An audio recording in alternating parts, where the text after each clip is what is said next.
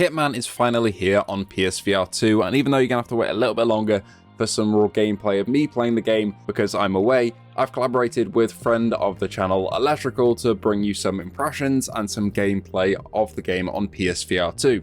For a bit of background, Electrical plays all of the co-op games with me on the channel, has very similar taste in VR games, has over 200 hours in Hitman World of Assassination, and has very similar pain points and critiques in terms of VR games to me, so I trust him wholeheartedly for this review. However, this review is coming through me, so it's his notes through me in the normal format. Before we get into this, only 25% of you are actually subs to the channel, so please feel free to do so if you like PSVR2 and VR in general, as I try to always be on it, as even though I'm out of the country right now, we're still covering a release like Hitman. Also, thank you to our patrons and members who are on screen right now. With that being said, let's talk Hitman on PSVR2. Hitman is a £7.99 upgrade. This allows you to play the main missions, side missions, and elusive targets, meaning the freelancer contracts, celebrity elusive targets, escalations, and sniper assassin modes are off the table for this one. This still gives you a load of content to play through, and honestly will keep you occupied for hundreds of hours. This is going to be a system seller for PSVR2, similar to GT7 and Resident Evil. But is the game actually any good? Well, visually, yes. As you can see from this gameplay and in the headset, it does look utterly fantastic. It is 60Hz reprojected, but a similar reprojection to Resi 8 and Resi 4, meaning it's not the most noticeable in the world, unlike say games like Horizon, which are very bright and are quite noticeable in the game world there. It's very easy to get past the reprojection if you just focus on playing the game. As for resolution, the resolution is on the level of Resident Evil 4. However, due to the contrast in color of Hitman on the OLED panels, it looks much better in terms of the visual aesthetic, although this may also come down to your personal preference. I'm not saying that Resident Evil 4 looks bad, it is a beautiful game, but they both go for different vibes, and personally, Electrical enjoys Hitman's a little bit more. As we can see from the gameplay as well, shadows are dynamic for objects and NPCs, which is very impressive, but the shadow quality does differ a little bit between objects. For example, in this clip you're seeing on screen right now, on the left the shadows are a little bit more realistic, diffused as they actually would be, and then on the right for the hand dryer or washer, they are a little bit jagged and a bit worse for some props like that. Effects from the flat screen are carried over though, like bullet hits from gunshots, muzzle flashes, and pooling blood for dead bodies after you say shoot a target. This is really impressive to look at, and I'm glad they preserved these in-game. Dynamic foveated rendering is being used to hit the 60 to 120 reprojected target, and to make the game look as good as it does. It is mostly a first-person experience, but for a couple of moments you will be put in third-person Resi 4 style. For example, when being frisked or when climbing and blending in, like sitting down or doing a task that someone in your outfit would be doing, you'll be taken out first person and put in that third camera, which isn't a deal breaker, but it would have been kind of cool to see these in a first person perspective, but I understand why they've done that because it would be a little bit disorienting for some newer players. As for your control scheme, it is intuitive and isn't in other ways. Basic moment to moment gameplay is intuitive, but some controls are a bit questionable.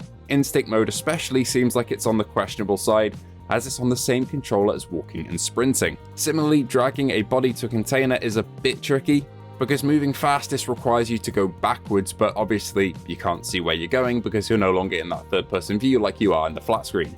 But if you turn around, then it turns the rest of your body and you're turning the opposite way again. Some on-body interactions are a little bit janky as well, like racking guns and putting items like guns back into their holsters. The inventory is a little bit hard to open as well. However, VR interactions are exactly as advertised, so keycards, etc. can be used to open doors exactly as they would in real life. However, this can also be a little bit janky, as swiping keycards sometimes doesn't align exactly how you want it to, leading to multiple tries, but this might be something that you get a little bit more used to over time. As for further controls, you can double tap the options button to bring up the menu for mission stories, and trophies for Hitman are obtainable in the VR mode, so we don't have any controversy here over that like we did with Resi 8, where you play through the entire game and couldn't unlock trophies. A little bit more on weapons as well. It seems that you have to rack the weapon every time you reload it, even if there is a bullet in the chamber or not. This isn't a deal breaker, we've seen this in other games as well, but it does just take away from the immersion a little bit and brings it down in terms of gunplay below games like Pavlov that actually model this mechanic. However, the jank when using weapons does start to go away a little bit after some time in the game and feel pretty good after a bit of gameplay. As for accessibility options, you've got smooth and snap turn and tunneling, and a load of HUD accessibility options especially, which you can see on screen right now for you to play around with. As for further PSVR2 features, there are haptics in the controllers and adaptive triggers for things like weapons, but there is no headset rumble from what Electrical's experienced so far in game. The use here is good with the PSVR2 features, but it's nothing remarkable, say for example like those opening parts of Horizon, where birds fly over and you feel that rumble go off. Something I was really looking forward to as well is how VR IK is handled in the game as well, which is inverse kinematics. This is how your body is represented in the VR space, but unfortunately that doesn't actually exist here. I assume we would be getting full body, but it's only floating arms and upper body. However, it does feel pretty good, but the arms have a tendency to be a little bit janky and not representative of you all the time. On some skins with watches, the watch will deform pretty horrendously as you move your wrist, for example. As for other combat options, melee feels a little bit janky at times, but throwing items does feel pretty amazing, and I think utilizes the eye tracking of the headset. Before going on to a couple more negatives, overall, Electrical's impression is that most of the mechanics in the game work to a 7 or 8 out of 10 level, meaning that as a port, this is probably the best Hitman port that there has ever been.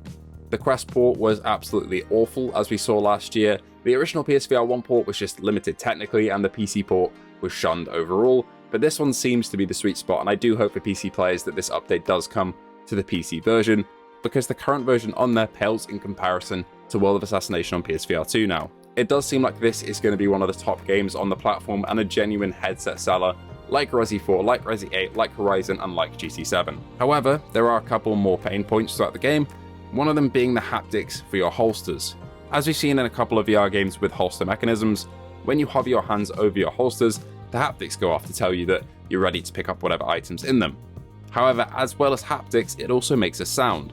And when you have your hands in your normal position in the game, you tend to kind of hover them around your holsters, making this sound go off over and over again, which can be a bit annoying.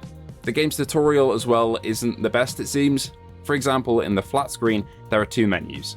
One is basically the standard pause menu, which you get by pressing options, and then there's a second pause menu, which you get to by pressing the touchpad. This contains intel, objectives, and mission stories. In the VR mode, it's obvious on how to get the standard pause menu, but it isn't too obvious on how to get the other.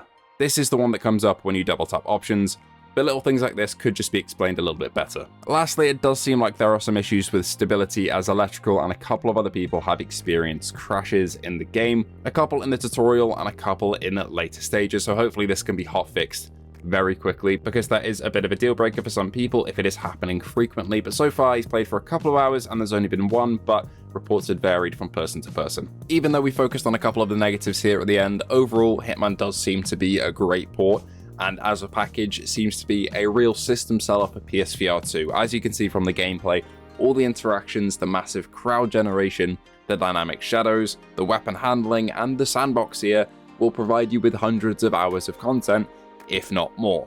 And for the sale price that it goes on fairly regularly, this is pretty much a no-brainer for almost every PSVR2 player, coupled with the fact that it becomes less of a stealth game in VR as you can actually aim with your hands. It becomes a lot more accessible to players who otherwise would not have played Hitman before. For example, I haven't played Hitman before in my life, but I will be trying out World of Assassination once I'm back in about a week and a half from Japan, so you'll be getting some normal Let's Play style videos on the 8th of April. Overall though, Electrical seems to be loving Hitman on PSVR2, and that seems to be the general consensus here. I can't wait to get back and play it for myself, but there'll also be some raw gameplay going up at 4 PM GMT today, showing off the game a little bit more in full if you'd like to wait for that too. Anyway, thank you all so much for watching. Please feel free to like and subscribe. Thank you to Electrical once again for these impressions and gameplay, and I hope to see you all in the next one.